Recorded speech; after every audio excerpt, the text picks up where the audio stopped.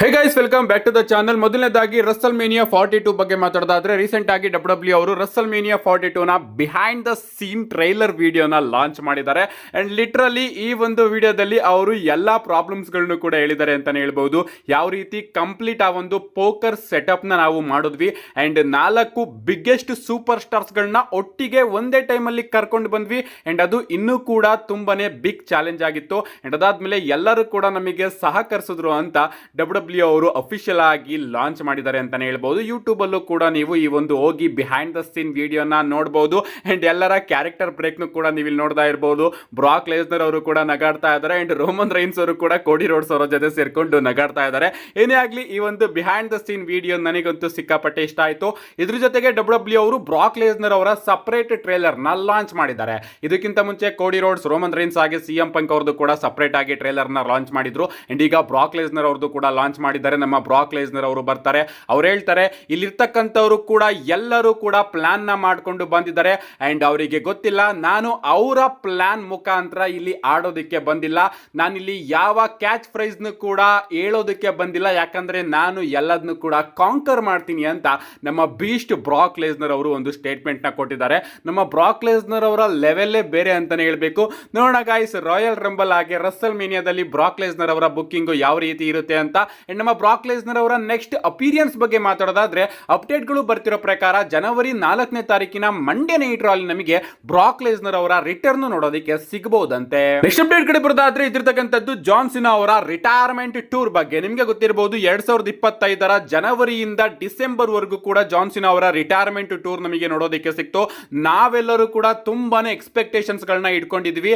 ಆ ಎಕ್ಸ್ಪೆಕ್ಟೇಷನ್ಸ್ ಗಳನ್ನೆಲ್ಲದನ್ನು ಕೂಡ ಡಬ್ಲ್ಯೂ ಅವರು ರೀಚ್ ಮಾಡಿದ್ರು ಇಲ್ವೋ, ನಿಮ್ಮ ಅಭಿಪ್ರಾಯ ನೀವು ಕಮೆಂಟ್ ಸೆಕ್ಷನ್ ಅಲ್ಲಿ ಕಮೆಂಟ್ ಮಾಡಿ. ಸದ್ಯಕ್ಕೆ ಕೇಜ್ ಮ್ಯಾಚ್ ಅವರು ಜಾನ್ ಸಿನಾ ಅವರ ಈ ಒಂದು ಕಂಪ್ಲೀಟ್ ರಿಟೈರ್ಮೆಂಟ್ ಟೂರ್ ನ ರ್ಯಾಂಕ್ ಮಾಡಿದ್ದಾರೆ. ಎಸ್, ಇವರು ಸೀದಾ ಡಬ್ಲ್ಯೂ ಅವರು ಜಾನ್ ಸಿನಾ ಅವರನ್ನ ಫೇಲ್ ಮಾಡಿದ್ದಾರೆ ಅಂತ ರ್ಯಾಂಕ್ ಮಾಡಿದ್ದಾರೆ. ಲಿಟರಲಿ ಎಫ್ ರ್ಯಾಂಕಿಂಗ್ ನ ಕೊಟ್ಟಿದ್ದಾರೆ ಅಂತಾನೆ ಹೇಳ್ಬೇಕು. ಕೇಜ್ ಮ್ಯಾಚ್ ಅವರಿಗಂತೂ ಚೂರು ಕೂಡ ಇಷ್ಟ ಆಗಿಲ್ಲ, ಅದಕ್ಕೋಸ್ಕರ ಅವರು ಎಫ್ ರೇಟಿಂಗ್ ನ ಕೊಟ್ಟಿದ್ದಾರೆ. ಬಟ್ ನಾರ್ಮಲ್ ಆಗಿ ನಾವು ಥಿಂಕ್ ಮಾಡಿದ್ರೆ, ಈ ಒಂದು ರಿಟೈರ್ಮೆಂಟ್ ಟೂರ್ ಅಲ್ಲಿ ನಮಗೆ ಜಾನ್ ಸಿನಾ ಹಾಗೆ ರ್ಯಾಂಡಿ ಆರ್ಟನ್ ಅವರ ಮ್ಯಾಚ್ ನೋಡೋದಕ್ಕೆ ಸಿಕ್ತು.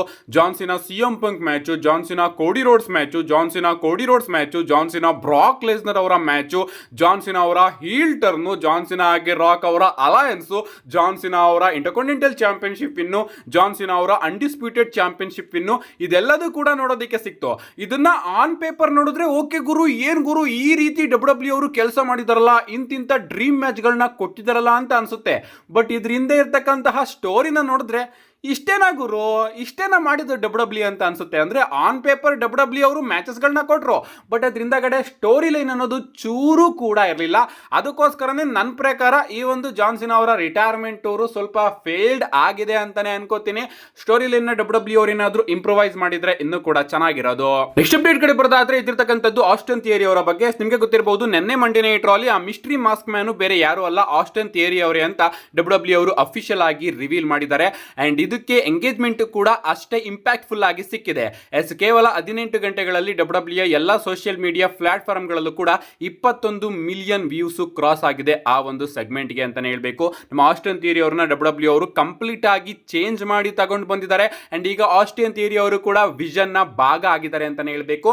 ಬಟ್ ಗಾಯ್ಸ್, ಒರಿಜಿನಲ್ ಆಗಿ ಸರ್ವೈವರ್ ಸೀರೀಸ್ ವಾರ್ ಗೇಮ್ ಅಲ್ಲಿ ಆಸ್ಟನ್ ಥಿಯರಿ ಅವರು ಇರಬೇಕಾಗಿತ್ತು. ಅಂಡ್ ಆಸ್ಟನ್ ಥಿಯರಿ ಅವ್ರನ್ನ ಪಾಲಿಮಿನ್ ಅವರು ವಿಷನ್ ಗೆ ಯಾಕೆ ಕರ್ಕೊಂಡು ಬರಬೇಕು ಅಂತ ಅನ್ಕೊಂಡಿದ್ರು ಗೊತ್ತಾ ನಿಮಗೆ? ಅಪ್ಡೇಟ್ ಗಳು ಬರ್ತಿರೋ ಪ್ರಕಾರ ವಿಷನ್ ಅಲ್ಲಿ ಈಗಾಗಲೇ ಬ್ರಾನ್ ಬ್ರೇಕರ್ ಹಾಗೆ ಬ್ರಾನ್ಸನ್ ರೀಡ್ ಅವರು ಇದ್ದಾರೆ. ಸೊ ಅವರಿಬ್ಬರನ್ನ ಪಿನ್ ಮಾಡಿಸ್ಬಿಟ್ರೆ ಅವರ ಕ್ಯಾರೆಕ್ಟರ್ ಹಾಳಾಗುತ್ತೆ. ಸೊ ಅದಕ್ಕೋಸ್ಕರ ಪಿನ್ ನ ತಗೊಳ್ಳೋದಕ್ಕೆ ಯಾರಾದ್ರೂ ಒಬ್ಬ ವ್ಯಕ್ತಿ ಬೇಕಲ್ವಾ, ಅದಕ್ಕೋಸ್ಕರ ಪಾಲಿಮಿನ್ ಅವರು ಆಸ್ಟನ್ ಥಿಯರಿ ಅವ್ರನ್ನ ವಿಷನ್ ಗೆ ಆಡ್ ಮಾಡ್ಕೋಬೇಕು ಅಂತ ಅನ್ಕೊಂಡಿದ್ರಂತೆ. ಬಟ್ ಆಗ ಅದೇನಾಯ್ತೋ ಗೊತ್ತಿಲ್ಲ, ಒಟ್ಟಿನಲ್ಲಿ ಈಗ ಖಂಡಿತವಾಗ್ಲೂ ಕೂಡ ಆಡ್ ಆಗಿದ್ದಾರೆ. ಈಗ ಆಸ್ಟನ್ ಥಿಯರಿ ಅವ್ರನ್ನ ಡಬ್ಲ್ಯೂ ಅವರು ನಿಜವಾಗ್ಲೂ ಕೂಡ ಸ್ಟ್ರಾಂಗ್ ಆಗಿ ತೋರಿಸ್ತಾರ, ಅಥವಾ ಬರೀ ಕೇವಲ ಪಿನ್ ಮಾಡೋದಕ್ಕೋಸ್ಕರ ಮಾತ್ರ ಆಸ್ಟನ್ ಥಿಯರಿ ಅವ್ರನ್ನ ಕರೆಸಿದಾರ ಅಂತ ಇನ್ ಮುಂದೆ ಅವರ ಬುಕ್ಕಿಂಗ್ ನ ನೋಡಿ ನಾವು ತಿಳ್ಕೋಬೇಕಾಗಿದೆ. ನೆಕ್ಸ್ಟ್ ಅಪ್ಡೇಟ್ ಕಡೆ ಬರೋದಾದ್ರೆ, ಇದ್ದಿರ್ತಕ್ಕಂಥದ್ದು ನಮ್ಮ ಸೆತ್ ರಾಲಿನ್ಸ್ ಅವರ ಬಗ್ಗೆ. ರೀಸೆಂಟ್ ಆಗಿ ನಮ್ಮ ಸೆತ್ ರಾಲಿನ್ಸ್ ಅವರು ಒಂದು ಪಾಡ್ಕಾಸ್ಟ್ ಅಲ್ಲಿ ನಮಗೆ ನೋಡೋದಕ್ಕೆ ಸಿಗ್ತಾರೆ. ಅಂಡ್ ಅವರ ಬಳಿ ಒಂದು ಪ್ರಶ್ನೆನ ಕೇಳಲಾಗುತ್ತೆ. ನಾನ್ ನಿಮಗೆ 5 ಜನ ಸೂಪರ್ ಸ್ಟಾರ್ಸ್ ಗಳ ನೇಮ್ ನ ಹೇಳ್ತೀನಿ, ಅಂಡ್ ಆ ನೇಮ್ ನ ಕೇಳಿದ ಕೂಡಲೇ ನಿಮ್ಮ ಮೈಂಡ್ ಅಲ್ಲಿ ಮೊದಲನೇದಾಗಿ ಬರುವಂತಹ ವರ್ಡ್ ನ ನೀವು ಹೇಳ್ಬೇಕು ಅಂತ ಸೆತ್ ರಾಲಿನ್ಸ್ ಅವರ ಬಳಿ ಪ್ರಶ್ನೆನ ಕೇಳ್ತಾರೆ. ಮೊದಲನೇದಾಗಿ ಬ್ರಾಕ್ ಲೆಸ್ನರ್ ಅವರ ನೇಮ್ ನ ತಗೊಂಡಾಗ ಸೆತ್ ರಾಲಿನ್ಸ್ ಅವರು ಕ್ಲಿಯರ್ ಆಗಿ ಬ್ರಾಕ್ ಲೆಸ್ನರ್ ಒಬ್ಬ ಆಸೋಲ್ ಅಂತ ಹೇಳ್ತಾರೆ. ಹೇಳ್ತಾರೆ. ಜಾನ್ ಸಿನಾ ಅವರ ನೇಮ್ನ ತಗೊಂಡಾಗ ಜಾನ್ ಸಿನಾ ಅವರು ಒಬ್ಬ ಗೋಟ್ ಅಂತ ಹೇಳ್ತಾರೆ. ರಿಕ್ ಫ್ಲೇಯರ್ ಅವರ ನೇಮ್ನ ತಗೊಂಡಾಗ ಊ ಅಂತ ಹೇಳ್ತಾರೆ. ಬೆಕಿ ಲಿಂಚ್ ಅವರ ನೇಮ್ನ ತಗೊಂಡಾಗ ನಾನು ಒಬ್ಬ ಲಕ್ಕಿ ಮ್ಯಾನ್ ಅಂತ ಹೇಳ್ತಾರೆ. ಅಂಡ್ CM ಪಂಕ್ ಅವರ ನೇಮ್ನ ತಗೊಂಡಾಗ ದ ವರ್ಸ್ಟ್ ಮ್ಯಾನ್ ಅಂತ ನಮ್ಮ ಸೆತ್ ರೋಲೆನ್ಸ್ ಅವರು ಸ್ಟೇಟ್ಮೆಂಟ್ ನ ಕೊಟ್ಟಿದ್ದಾರೆ. ಬ್ರಾಕ್ ಲೆಸ್ನರ್ ಅವರಿಗೆ ಯಾಕೆ ಆಸೋಲ್ ಅಂದ್ರು ಅಂತ ನನಗಂತೂ ಅರ್ಥ ಆಗ್ತಾ ಇಲ್ಲ. ಪ್ರಾಬಬ್ಲಿ ವಿಷನ್ ಅಲ್ಲಿ ಈಗ ಬ್ರಾಕ್ ಲೆಸ್ನರ್ ಅವರು ಜಾಯ್ನ್ ಆಗಿ ಸರ್ವೈವರ್ ಸೀರೀಸ್ ವಾರ್ ಗೇಮ್ ಅಲ್ಲಿ ಬಂದಿದ್ರಲ್ಲ, ಅದಕ್ಕೋಸ್ಕರ ಈ ರೀತಿ ಓಲ್ ಸ್ಟೇಟ್ಮೆಂಟ್ ನ ನಮ್ಮ ಬ್ರಾಕ್ ಲೆಸ್ನರ್ ಅವರಿಗೆ ಸೆತ್ ರೋಲೆನ್ಸ್ ಅವರು ಕೊಟ್ಟಿರಬಹುದು.